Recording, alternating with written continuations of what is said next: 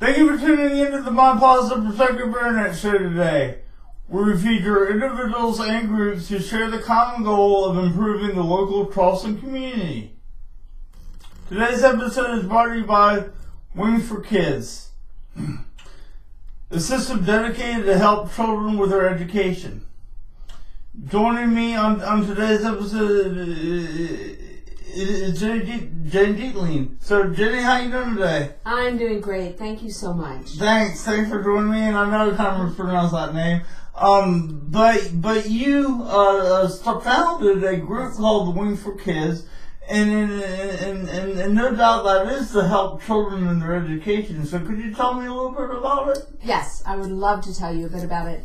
I founded it 18 years ago actually now, and it started a very small program on James Island, and now is multi-state, 10 programs, $6.5 million budget, hundreds of employees. But the important thing is that we've served thousands of kids in Charleston, and more than 90% of them do better on their grades, do better on attending school, do better on their test scores.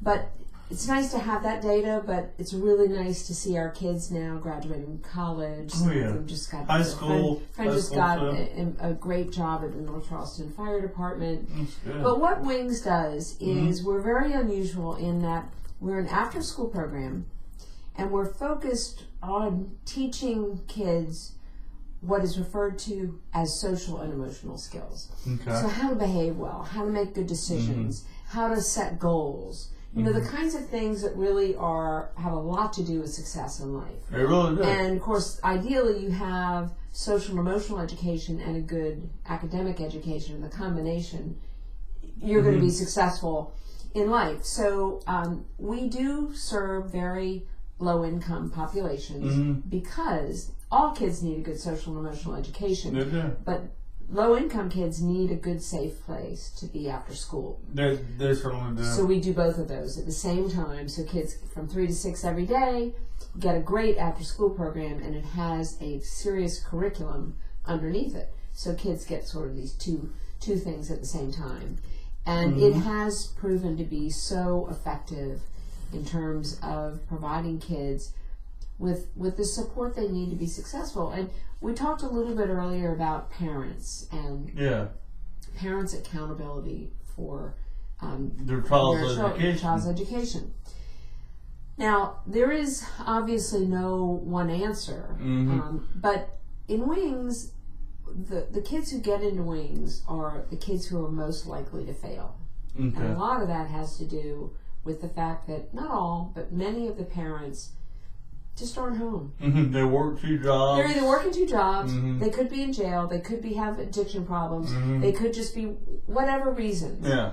And, you know, we can't just give up on those kids just because they're parents. So they're the ones who first get into Wings, but people do say to me, well, do you have a parenting program? And I said, well, you're looking at our parenting program. Okay. Because these kids we're teaching, kids who have good social and emotional skills, they will grow up to be great parents. Yes. Because great parents have good social and emotional skills. They're empathetic. They know relationship skills. They know importance of holding people accountable.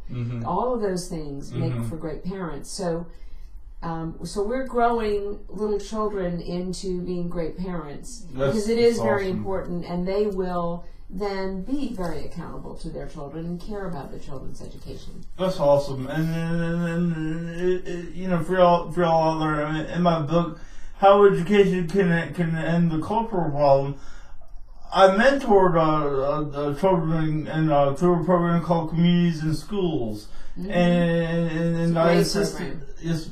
Oh, okay. Yeah. I assisted children with their homework and also, you know, supported them. You know, but I mean, it always is worth mentioning to the public out there that whatever education your child is getting from the teachers at school can always be, you know, it's always beneficial to back that up from the home. Yes. Whether it be, let me look at your homework, or did you learn anything from school, or praising your child from going to school, those types of things. little things like that from the parents that you don't think makes a difference. It makes a difference, I think. It does make a difference. It does make a difference. Yeah. You know, and on that score, we had a lot of parents who would not come into the school very often, but we found that they would come in to pick up their kids from Wings. Yeah. Because for one thing, it was the end of the day. But one of the rules that we had for our staff is, when a parent comes in the door, you think of something positive to say to them about their child. That's good. And you won't believe the difference that makes. Yeah.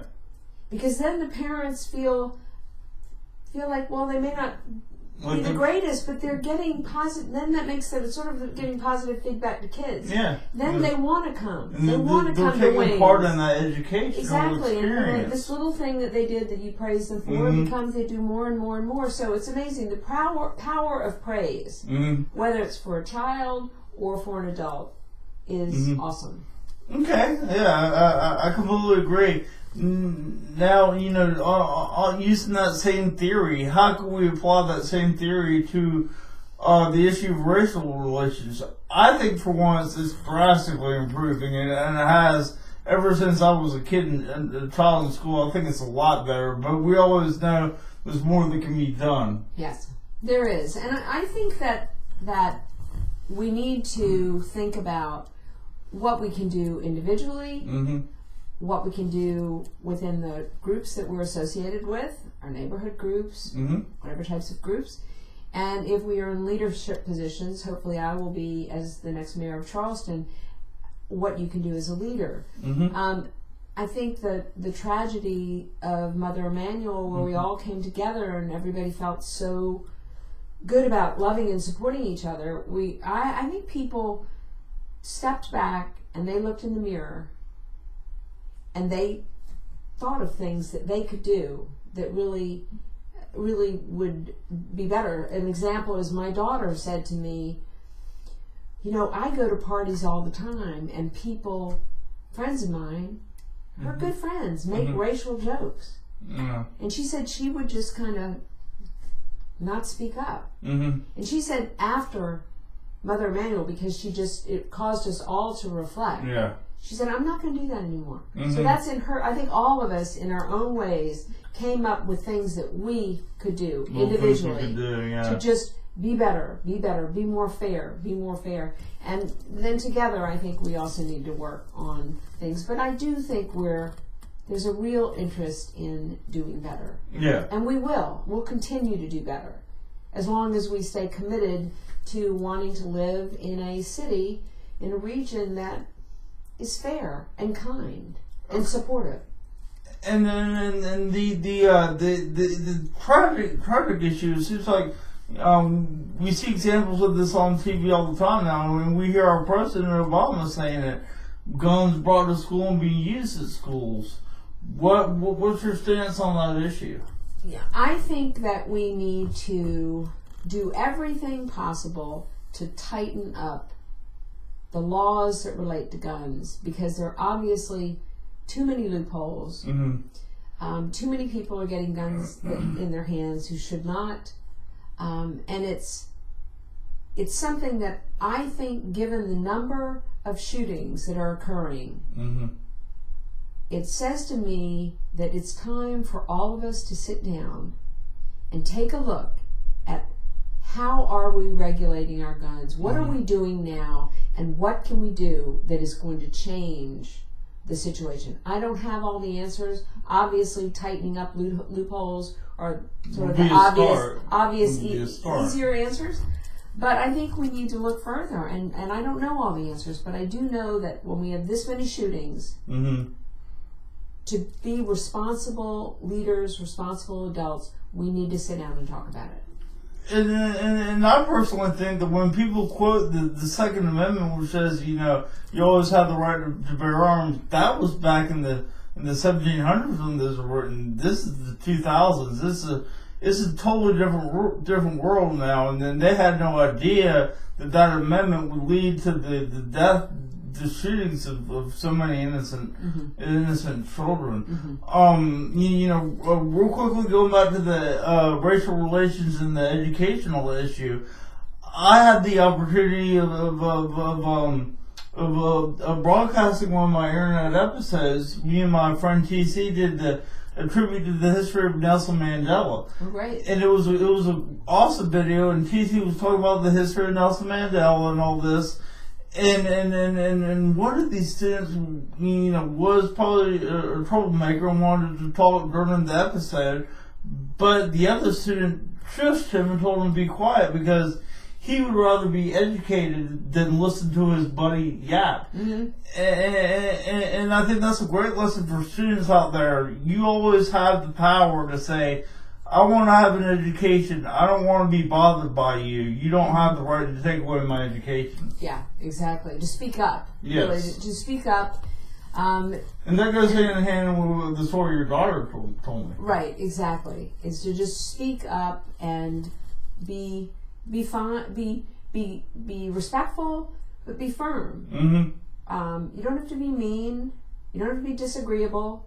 But just when something like that happens, you just stand up and say, "Listen, I want to listen to this program and learn." Yes. And in today's society, the individual voice is more important than ever. So, real quickly, Jenny, people want to hear more about your policies and all that. Where would they go?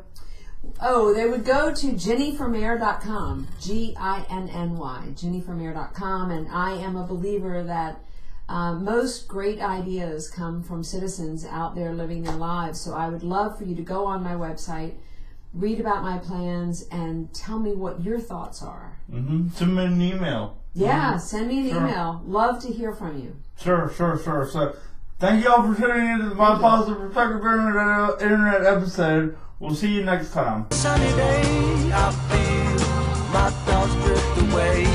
Only good vibes and good times living in my brain. On a sunny day, catch me lamping in the shade, feeling so fine and so high. Oh, my sunny days, still I hope all my efforts will one day pan out.